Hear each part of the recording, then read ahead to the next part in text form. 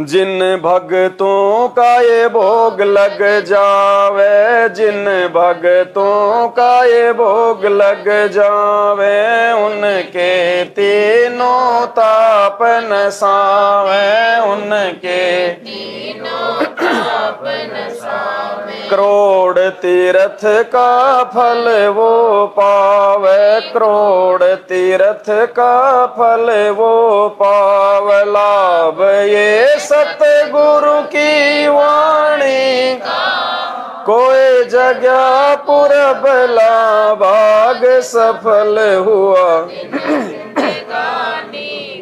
आज लगा साहिब को भोग, दिन के टुकड़े पानी का, कोई जगह पुरब ला भाग सफल हुआ दिन जिंदगानी का।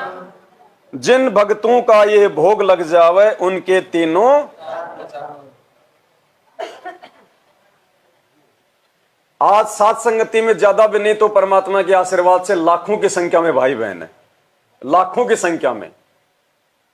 कोई सात संगति में आ जाते हैं, कोई नहीं आ पाते हैं, कोई अपने घर पे रह के सात संगति की वीडियो देख के मैनेजमेंट की तरफ जाना छोड़ दिया और बिल्कुल धीरे धीरे दृढ़ता की तरफ आगे बढ़ रहे हैं। आज के दिन ही मध्य प्रदेश के कटनी में भी सात संगति है, सैकड़ों की संख्या में वहां भी भाई बहन परमात्मा का गुणगान कर रहे हैं। आज ही के दिन बिहार के भागलपुर में भी सात संगति है, वहां भी सैकड़ों की संख्या में भाई बहन मालिक की महिमा गा रहे हैं। और फिर हजारों की संख्या में भाई बहन जब ये वीडियो पढ़ेंगे यूट्यूब पे, फेसबुक पे, लोग इनको देखेंगे तो लाखों की संख्या में भाई बहन है जो सात संगति से जुड़े हुए हैं, जिनकी आस्था मैनेजमेंट के कुकर्मों से, उनके पाखंड से हट चुकी है, लाखों की संख्या में। और पुण्यात्माओं, विचार करने की बात है, लाखों की संख्या में जो भाई बहन है जो सात संगत से जुड़े हुए हैं, वो कभी भी हिसार जेल में अपने किसी भी दुखड़े के लिए कोई प्रार्थना नहीं लगवाते। क्या आपने कभी सात संगति से जुड़ने के बाद में कोई प्रार्थना लगवाई है गुरुजी से?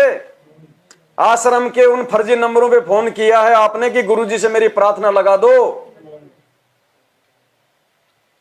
किसी ने नहीं लगवाई ना। और ना वो भाई बहन लगाते जो सात संगति की वीडियो अपने घर पे बैठ के देख रहे हैं लाखों की संख्या में। सबसे ज्यादा प्रार्थनाएं दुख की, परेशानी की, संकटों की कौन लगवाता है? सतलोक आश्रम मैनेजमेंट हरियाणा से जुड़े हुए भाई बहन। जबकि वो उन आश्रमों में भी जाते हैं, वो ज्योति भी करवा रहे हैं, वो पाठ भी करवा रहे हैं, वो सेवा भी कर रहे हैं, पुस्तकें भी बांट रहे हैं, आदेशों का पालन भी कर रहे हैं, राजनीति भी कर रहे हैं, आरक्षणबाजी भी कर रहे हैं, सारे उल्टे कुकर्म भी कर रहे हैं। उनके लिए हिसार जेल से स्पेशल आशीर्वाद भरा वीडियो कॉल भी आता है। दिन में 5 बजे आ जाए, सुबह रात को 2 बजे भी आ जाए, दिन में 5-5 बजे आ जाए, 5-5 बार आ जाए, यानी छिप के उनको आशीर्वाद मिल रहा है उनको गुरुजी का। और उसके बाद भी सबसे ज्यादा महादुखी संगत में वही लोग, रोजाना हजारों की संख्या में रोना पीटना, प्रार्थना लगवाना, मेरे घर में ये हो गया, मेरे घर में ये हो गया, मेरा ये काम नहीं बन रहा, मेरा वो काम नहीं बन रहा। सबसे ज्यादा दुखी भी वही लोग। जानते हो इसका रीजन क्या है? एक ही रीजन है, अपने गुरु को परमात्मा ना मानना। क्या कह रही है वाणी? जिन भक्तों का ये भोग लग जावे, उनके तीनों। अरे तुम उन आश्रमों में पाठ करवा रहे हो और वहां पे तुम्हारे पाठ किए जा रहे हैं, तुम्हारा भोग लगाया जा रहा है, तो परमेश्वर की वाणी तो कह रही है कि जिन भक्तों का ये भोग लग जावे, उनके तीनों ताप नसावे। उनके तो तीनों तापों का नाश हो जाता है और तीनों ताप में सारे संकट आते हैं। 3 ताप परमात्मा ने कौन कौन से बताए? दैहिक, दैविक और आध्यात्मिक। दैहिक वो हैं जो हमारे शरीर के रोग हैं, दैविक वो हैं जो किसी देवी देवता का या किसी साधु संत का कोई श्राप वगैरह होता है, और आध्यात्मिक वो हैं जो हमारे जन्म जन्मांतरों के जो पाप कर्मों के कारण आते हैं। 3 ही प्रकार के ताप होते हैं और 3 प्रकार के ताप का नाश गुरुजी कह रहे हैं कि ये जो पाठ की जो वाणी है, ये जो करवाता है, जो पाठ करवाता है, उसके तीनों तापों का नाश हो जाता है। जिन भक्तों का ये पाठ हो जावे, जिन भक्तों का ये भोग लग जावे, उनके तीनों, फिर भी उनके किसी के भी तापों का नाश नहीं हो रहा। क्यों नहीं हो रहा? क्योंकि जिसको भोग लगाने से तीनों तापों का नाश होना चाहिए, उसको उन आश्रमों में भोग नहीं लग रहा। उन आश्रमों में तो मुर्दों को भोग लग रहा है, मुर्दों को। सतगुरु रामपाल जी भगवान को भोग नहीं लग रहा, जिनको भोग लगने से तीनों तापों का नाश होना चाहिए। उन आश्रमों में जब गरीबदास जी का बोध दिवस मनाते हैं तो वो क्या करते हैं? पाठ रखवाते हैं, भोग लगाते हैं। दाढ़ी मूछ वाले कबीर जी की काल्पनिक फोटो का प्रकट दिवस मनाते हैं तो पाठ करते हैं, भोग लगाते हैं ना। और जब वो भोग लगाते हैं और जब ये वाणी जब आता है शब्द, ये आज लग्या साहिब को भोग दीन के टुकड़े पानी का, तो उससे पहले पुण्यात्मा विचार करना इन बातों पे, तब समझ में आएगा कि आप और हमारे ऊपर परमात्मा संकट क्यों नहीं आने दे रहा, और वो लोग पाठ करवाते करवाते भी संकटों से क्यों घिरे पड़े हैं।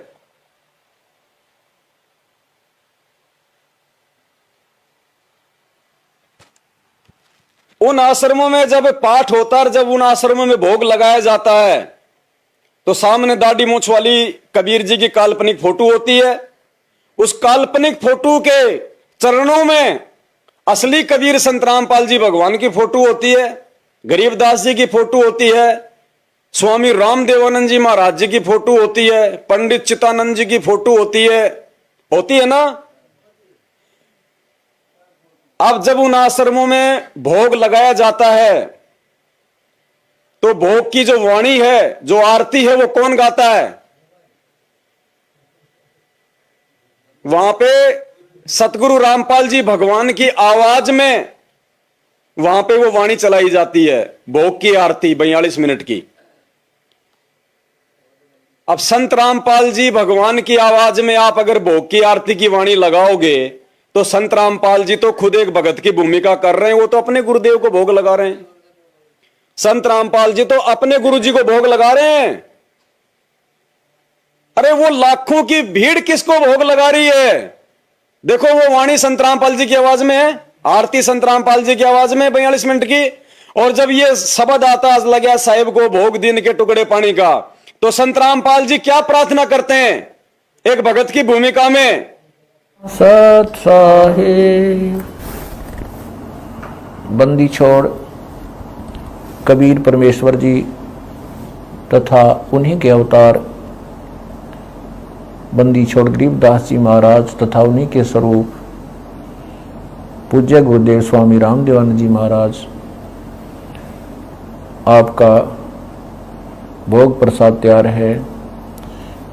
अपनी पवित्र रचना से इसे पवित्र करने की कृपा करें।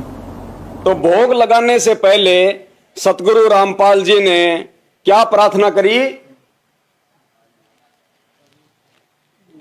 हे कबीर परमात्मा, बंदी छोड़ कबीर परमात्मा, उन्हीं के अवतार बंदी छोड़ गरीबदास जी महाराज, उन्हीं के स्वरूप पूज्य गुरुदेव स्वामी रामदेवानंद जी महाराज, आप जी का भोग प्रसाद। अरे गुरु जी ने तो अपने गुरु जी को भोग लगाया एक भगत की भूमिका में, और बाकी लाखों की संगत कहां बोलती है कि संत रामपाल जी भगवान आपका भोग प्रसाद तैयार है? बोलता है कोई? कोई नहीं बोलता। गुरु जी एक भगत की भूमिका में पहले तो कबीर जी को बोलते हैं, फिर गरीबदास जी को, और फिर अपने गुरु जी का नाम ले रहे हैं कि पूज्य गुरुदेव स्वामी रामदेवानंद जी महाराज, आप जी का भोग प्रसाद अपनी पवित्र रचना से इसे पवित्र करने की। अब वो संगत किसको भोग लगा रही है? वो कोई बोल ही नहीं रहे लाखों की संख्या में से कि पूज्य गुरुदेव संत रामपाल जी महाराज, आप जी का भोग प्रसाद तैयार है। कोई बोलता है? तो किसी का भोग नहीं लग रहा वहां, काल भगवान ठग रहा है। अरे गुरुजी ने तो एक भूमिका करके दिखाई कि नालायकों, जैसे मैं मेरे गुरुजी को भोग लगा रहा हूं भगवान मान के, परमात्मा मान के, ऐसे जब तुम भी अपने गुरुजी को भोग लगाओगे परमात्मा मान के, तब परमात्मा तुम्हारी सुनेगा। तो आज साथ संगति से जुड़े हुए भाई बहन जो परमात्मा को भोग लगा रहे हैं, आज किसी को प्रार्थना करने की जरूरत नहीं है, किसी को मांगने की जरूरत नहीं है, बिन मांगे देता है परमात्मा। किसी के ऊपर तीनों ताप का कोई नाश नहीं है, और अगर किसी के ऊपर थोड़ा बहुत है तो उसकी खुद की अपनी मर्यादाओं के कारण है भाई, उसकी खुद की कमजोरी के कारण है। परमात्मा ने कोई कमी नहीं छोड़ रखी सात संगतियों में।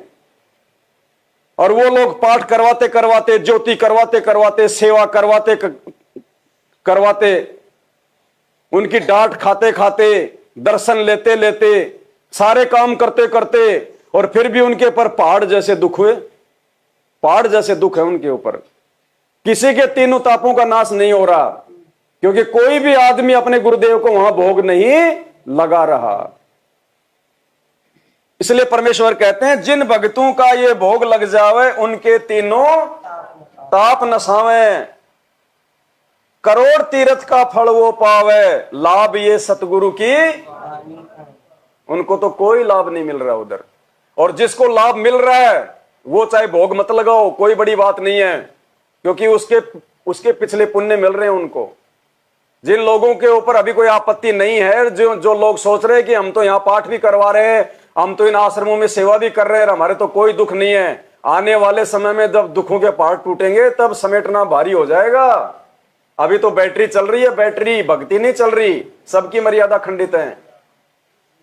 परमेश्वर ने बताया, जब तक आप अपने गुरु को भगवान नहीं मानोगे तब तक तो आपकी भक्ति शुरू ही नहीं होती। भक्ति शुरू ही नहीं होती तो वहां तो चार चार गुरु बना रखे हैं उन लोगों ने, चार चार भगवान। तो ये आप और हमारा सौभाग्य है।